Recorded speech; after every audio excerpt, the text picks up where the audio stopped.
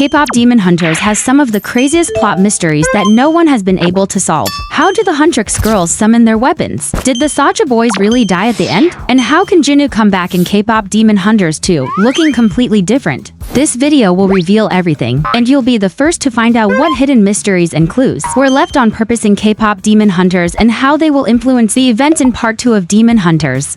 In the movie, we see the Huntrix girls easily summon their weapons during a fight with the demons. But something is strange. Where do they summon them from? During a fight with the demons on the plane, we see Zoey grabbing the thread of the Honmoon to create and call out her weapon. The other girls do the same, so we think their weapons come from the Honmoon. But at the beginning of the movie, when the original hunters appeared, there was no Honmoon. So how were the original hunters able to summon their weapons? Also, at the end of the movie, when Guima completely destroys the Honmoon and breaks it into pieces, the Huntrix girls are still able to summon their weapons before making a new Honmoon. This means they do not call out their weapons from the Honmoon. The source of their weapons might come straight from their souls. Just take a look at this. When Rumi started singing on stage, Mira and Zoey's souls began to shine, and the color of that glow was just the same as their weapons. So could it mean their souls are the main source of energy that creates the weapons? But there's one more hidden detail in the girls' swords, and you'll be shocked that you didn't notice it all this time. So be sure to watch till the end to find out, and get ready for the next uncovered mystery.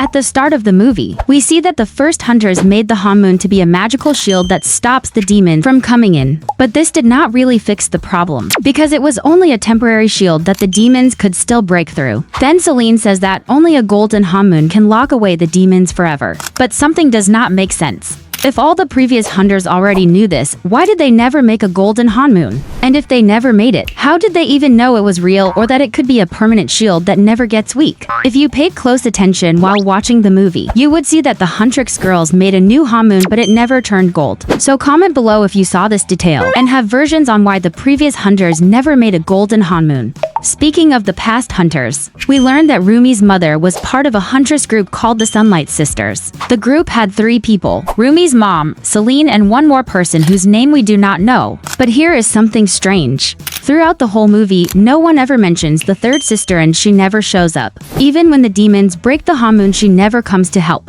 Rumi also does not think about going to her for help after meeting Celine. So who is really the third sister and why did she disappear? Her story remains a mystery throughout the whole movie. Many viewers think she might come back in Part 2 and become the next villain. They believe the third sister left because she tried to hurt Rumi, who is half demon and half human. But Celine fought her, hurt her, and made her leave. So all this time, the third sister could have been hiding and waiting for Rumi to fail. But let's think more about this. The Sunlight Sisters were Korean. In Korean culture, close family members must take care of a child if the parents are gone. So the third sister's disappearance is very strange and makes you feel there is a secret behind it. Share in the comments if you think this theory about the third sister is true or not.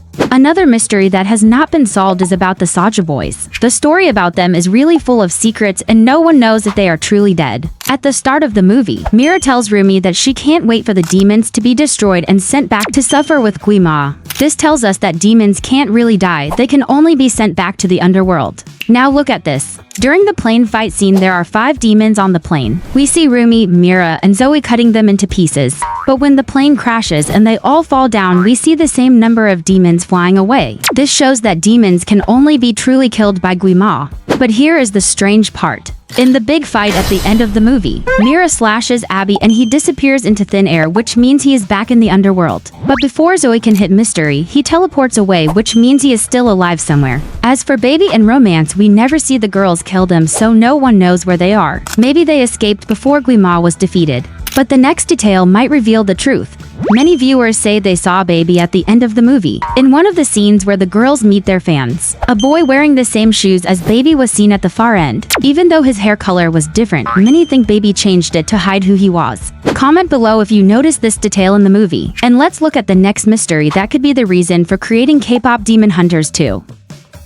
How did Rumi's mother fall in love with a demon? In the movie, we see that Rumi's mother was a demon hunter, which means her job was to find and destroy demons. So how did she end up falling in love and having a child with one? What is even more mysterious is how she died. No one except Celine knows what really happened. At the beginning of the movie, we see Celine and Rumi together at the mother's grave, but the movie does not tell us any more about it. That is strange since even Zoey and Mira got backstories. But that is not all. Near the end of the movie, when Rumi faces Celine, we see that Celine is standing at her mother's grave. The reason for this is a mystery. Some viewers think Celine accidentally killed Rumi's mother for falling in love with a demon. This could be the reason she feels guilty and always visits the grave. Others believe Celine hates demons so much because Guima is the one who killed Rumi's mother. But no one really knows how Rumi's mother fell in love with a demon or how she died. It is still one of the biggest mysteries in the movie, so be sure to share in the comments your versions.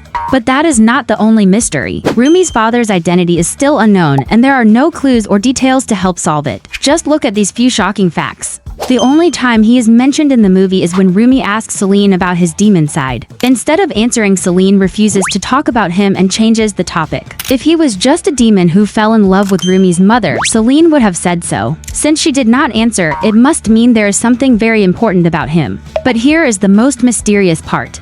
In the movie, Rumi is the only demon that Guima cannot control. No one knows why. So some viewers think Guima is related to her. Some say he could be her father, while others think Guima has a son who fell in love with Rumi's mother. But none of these theories have proof in the movie, so who her father is remains an unsolved mystery. But the next detail might beat all the previous ones with how mysterious it is.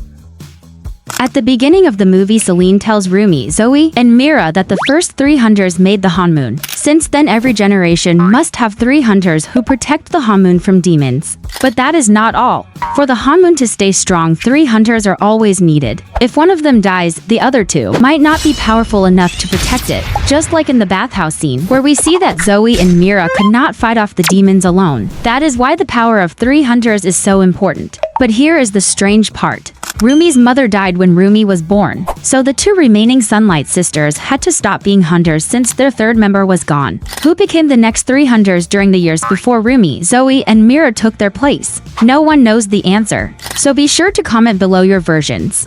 While we are talking about past hunters, recall that the movie shows many generations of them. The first 3 hunters used special weapons. One of them fought with a bow and arrows, another used 2 swords, and the leader fought with a monk's staff. Now take a look at this. In the end credits, we see that Celine fights with twin swords, which means every generation of hunters use different kinds of weapons. So does it mean that Rumi, Zoey, and Mira chose their own weapons? Or does the Honmoon choose weapons for them based on their personalities? The details about the girls' weapons are a mystery we may find out in K-pop Demon Hunters Part 2. But here is the biggest mystery in the movie. No one can answer it, so we can only hope that Part 2 will tell us the truth. At the end of the movie, when the girls fight the demons, Rumi goes to face Guima. He throws an attack that she struggles to block. When Jinu sees this, he jumps in front of Rumi to protect her. But it does not stop there. Jinu gives up his soul to give her the strongest sword that can defeat Guima. After that, his body breaks apart and disappears. But since his soul is inside her sword, it is still a mystery whether he can come back to life in another body.